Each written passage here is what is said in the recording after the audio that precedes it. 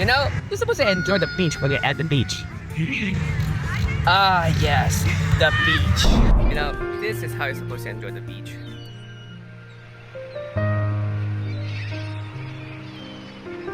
Yes,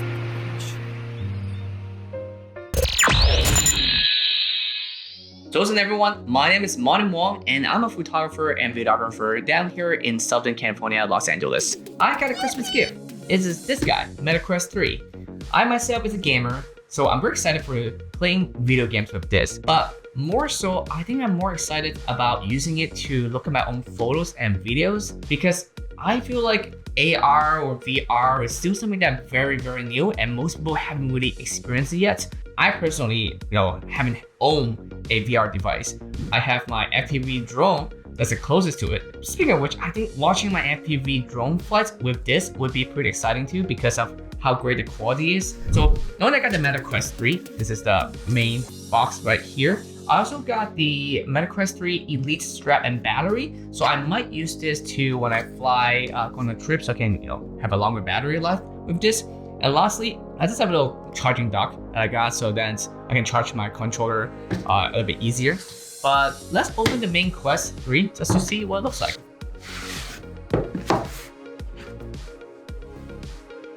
Very simple unboxing. It's a very easy unbox. There's not much to it. You open it, it's instantly the headset with the strap and the controllers right here. And if I open this, what is in here? There's also a little charging USB-C plug and a USB-C to USB-C cable and a little bit instruction manual. Welcome to MetaQuest 3 and of course, warranty, safety stuff. The controllers also have a little tab right here, which I can just pull to get it started. It's pretty much like most electronics that I have. It's like battery, you pull it so then it can turn on. There's a lights now on the top. I can see that it is turned on. All right, let's do this guy. So this is the strap with battery. Go. Quest, very similar layout. So this is just the back cover for this part. So I can put it behind me. It does have a bit more battery and it does have a little knob here that helps extend and retract the headset. It does not come with, it doesn't seem like it comes with anything else. It's just a warranty card and a little instruction manual. So, but first, let's also open up my last item I have here, which is the compact charging dock that I have. So, let's open up.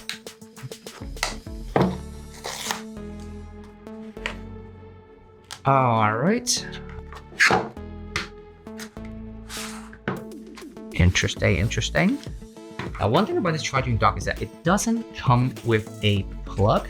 So I'm guessing you are intended to use the plug that you have from the MetaQuest itself.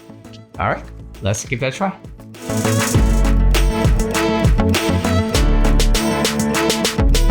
All right, now let's talk about what I love about it. What are things that need to be improved? What are something that are, just all right, it could be better. Let's talk about the good stuff first.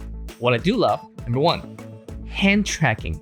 Hand tracking was amazing. Hand tracking gesture is amazing. Like it knows where my hands are. Like I bought my whole headset on my trip without bringing a single controller because I was like, I don't need it. I'm not going to play video games. So I can just, just use my hand tracking to watch a movie. And that was amazing. So this is a totally different way for me to experience VR headsets or, MR headsets. Like this is technically now not just a virtual reality. They have mixed reality, which let me get to my second point, responsiveness. Like the hand tracking, it is very responsive. It uses a passive camera to check where your hands are. I can see my hands in the headset all the time. I can see the real world at all time. And it was pretty smooth how I'm using it and very responsive. The whole UI is responsive. The apps inside the VR headset was great. Everything was clicky. And I click it There's no lag. It just know it's happening. I think it takes a little bit of time for someone to get used to because I had let my headset for someone else to try, but they couldn't reset the view, or for some reason they couldn't click things, or things are just not where they want to be. But to me, after I guess like 2 or 3 hours of playing with it, I found it very easy for me to use and it was very responsive for me. Number 3, pass-through mode. Pass-through mode, great idea. So at any time I can double tap on the side, it allows me to see the world around me, in making sure that I am not running into anything, or I could like talk to someone even wearing the headset because I can instantly see the real world. However, the apps are still there, so sometimes I have to move the apps or click one more time to make them go away. But overall, having the pass-through mode, such an easy way to access it by double tapping, where near my temple are. Resolution, amazing. That's number 4. Resolution. They both eyes having like 4K resolution or combined 4K. They're real high resolutions, so watching movie, playing games is great. 120 refresh rate for some of them. I'm not sure how to change the setting for that. I think they auto change it depending on your situation, your environment, your battery, and all kind of stuff. Number 5, this is my favorite. Watching movie on the flight. I had a 5-hour flight to Florida and back last week, and it was amazing. 5 hours is a long time. Usually I just go to sleep on a flight, and this time I just put on my headset and I watched like 2 or 3 movies, and I was there, and it was great. The best part about watching a movie on the headset is that once you put it on, I bought this app, I think it's called Skybox or something, and you can see around you, which is kind of like actually in a theater. And the best part is that the light reflecting back from the screen feels just like what you would see in a theater. So it's really realistic. Overall, is the best part about using, a headset on a flight. Number 6, the controls are very intuitive. What I mean by that is the UI makes sense. You know what to do with your buttons. You know what to do with your hand gesture. You can pinch and drag. It feels pretty much like living in a giant phone screen. Like you know how things supposed to react. 7, full screen mode. There are some apps that allows me to do full screen mode, like for example the YouTube one, which is great. Even the Sky app, most apps will take up the whole screen if you choose it to, but a lot of apps allow you to go full screen, so you can just make the world go dark and just look at that screen, and it really helps you to look at what you really want to look at and ignore the rest of the world. So I think that's pretty good. Number 8, apps that are designed that's actually for a VR environment. And I don't think this is just props to Meta. I think Meta did a good job on it, but there's a lot of other apps that are made, specifically for VR. It's not just a port version over to make it look like it's for VR. And I'm talking about things like Instagram. Yes, I'm talking about Instagram. It's so wild. Instagram is great on the phone. It's okay on the desktop. Horrible on the iPad. And I do see other apps also made specifically for like using headsets. So I'm happy about that, and I'm glad to see there's more development in that case. Number 9, the games. The video games are actually fun. I actually haven't bought the Batman game I didn't play it. I didn't even have to buy it because the games actually comes with it. I have heard many great reviews about the Batman game, and so good that people wish it was not just for the headset. They wish it was made for PC or other console, that kind of thing. So it's actually a good game.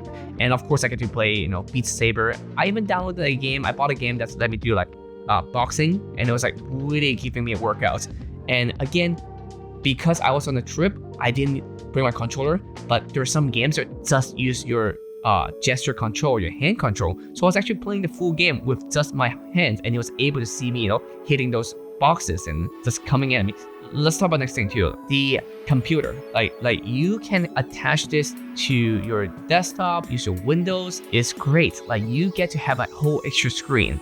So let's say you don't really have like a screen that's working for your computer, or you have some issue, or you just even want extra screen. You can actually just put on your headset, and then you can have extra screens. And the screen can be as big or as little as you want it. And that's a lot of fun. Lastly, messaging apps. There's messengers, there's WhatsApp. I was able to message people while I was within the app, so I don't feel like I am, completely isolated.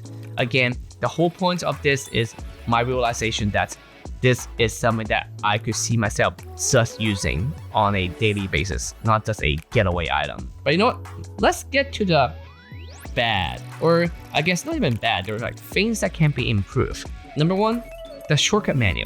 Like, I don't know why they force you to have, I think, a force shortcut that you cannot change. I'm okay with that part, kind of, but you can only add a fifth one.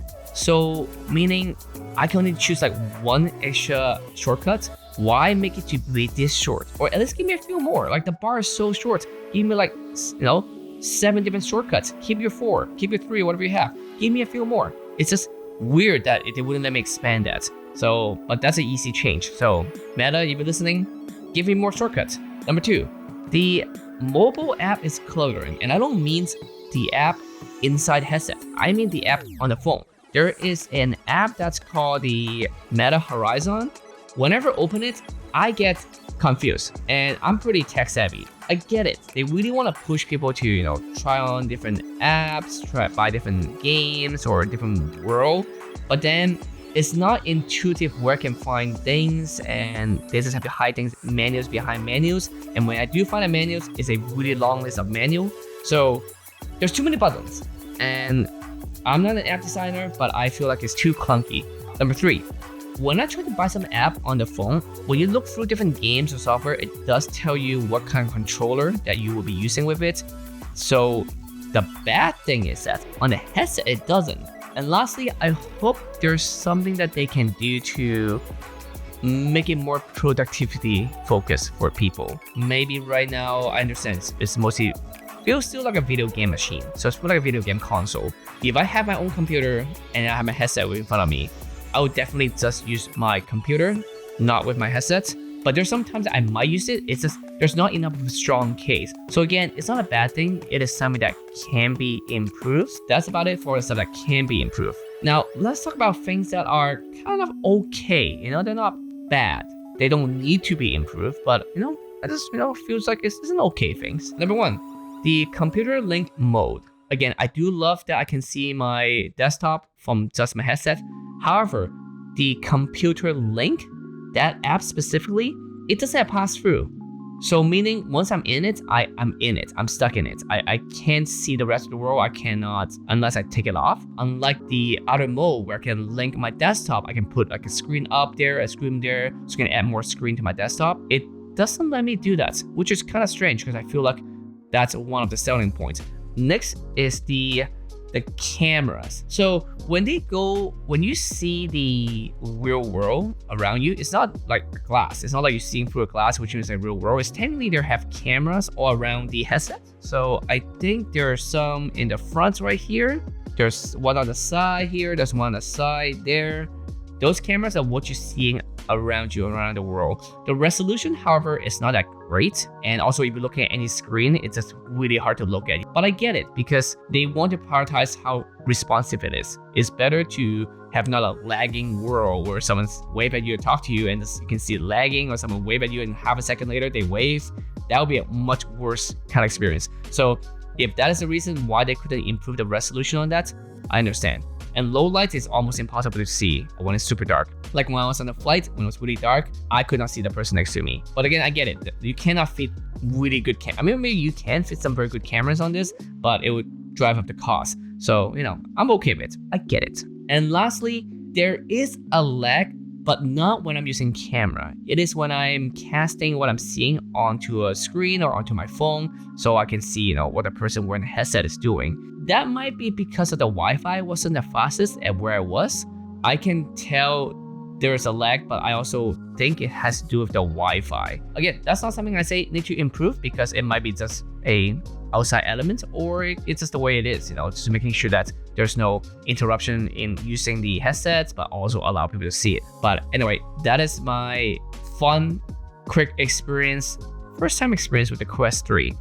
Let me know what you think in the comment down below. I really enjoyed this, and of course, if you want to purchase it, I have a link down below too. Also, that Batman game or other stuff I've mentioned is all gonna be in the link, so check it out there. And if you want to see me, try out different things, or you have a question about it, or you want to talk about photography and videography, let me know. Thank you so much for watching, and I hope you have a great one. I'll see you next time. Bye.